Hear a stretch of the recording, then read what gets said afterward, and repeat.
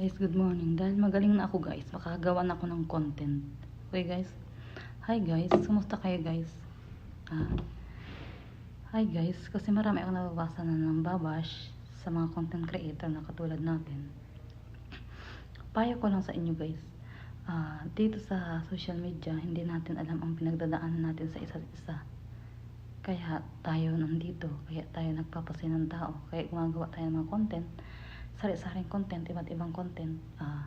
Ang payo ko lang guys, huwag na tayo mangbash sa mga content creator. Spread love na lang tayo, peace of mind, at maging masaya tayo sa mga ginagawa ng bawat isa. Huwag nang mambash. Imbis na mambash ka, gumawa ka lang din ng content at maging masaya ka na lang dun sa mga content creator na katulad namin. Pag may nakita kayong video na hindi nyo gusto, i-skip nyo na lang, huwag nyo nang panoorin. Kaysa sa mag-comment pa kayo ng bash, di ba? Tao lang din naman yung mga content creator na sasaktan katulad nyo.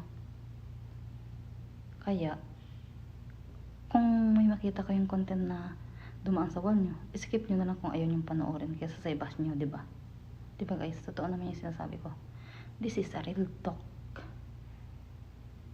Kaya guys, spread lang tayo dito guys. Thank you guys, more followers.